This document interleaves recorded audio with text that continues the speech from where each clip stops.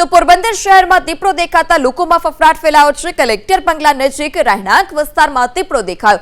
સ્થાનિકોએ વન વિભાગને આ અંગે જાણ કરી। વન વિભાગની ટીમે દીપડાને પકડવા માટે પાંજરું ગોઠવવાની કામગીરી કરી છે। તો દીપડાની દેખાતી સ્થાનિકોમાં ફફડાટ છે। કલેક્ટરના બંગલા નજીક આસપાસના વિસ્તારમાં આ દીપડો દેખાયો હતો। દીપડાની દેખાતા જ સ્થાનિકોએ વન વિભાગને જાણ કરી હતી। વન વિભાગ પણ ઘટના સ્થળ પર પહોંચ્યું હતું અને દીપડાને પાંજરે પૂરવાની જે કામગીરી છે તે હાથ ધરી છે। તો અગાઉ પણ આ પ્રકારની અનેક વખત ઘટના સામે આવી ચૂકી છે કે ખોરાકની શોધમાં જે દીપડો હોય છે તે રહેણાંક વિસ્તારમાં ઘૂસી આવતા હોય છે, ત્યારે ફરી એક વખત આ પ્રકારની ઘટના દીપડાની દેખાતી સ્થાનિકોમાં પણ ફફડાટ છે। વન વિભાગની ટીમે પાંજરું ગોઠવી અને દીપડાને પકડવાની તજવીજ હાથ ધરી છે। ઘટના પોરબંદરની કે જ્યાં દીપડાની દેખાતી લોકોમાં ફફડાટ। રાણાવાવના આરએફઓ સામતભાઈ પણ આપણી સાથે જોડાઈ ચૂક્યા છે। સામતભાઈ, દીપડાની દેખાની ઘટના સામે આવી છે, આપની પાસે કયા પ્રકારની માહિતી?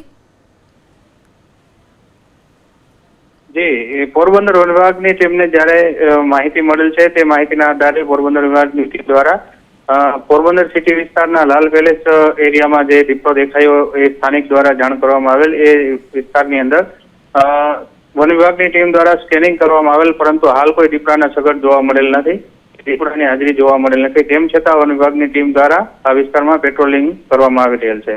જી સામતભાઈ, અમારી સાથે વાત કરવા બદલ આપનો આભાર। તો ઘટના પોરબંદરની અને જે આરએફઓ દ્વારા આરએફઓ સાથે એબીપી અસ્મિતાએ વાતચીત કરી હતી ને તેઓએ કહ્યું કે હજી સુધી દીપડાના ત્યાં આવ્યાના કોઈ નિશાન નથી મળ્યા।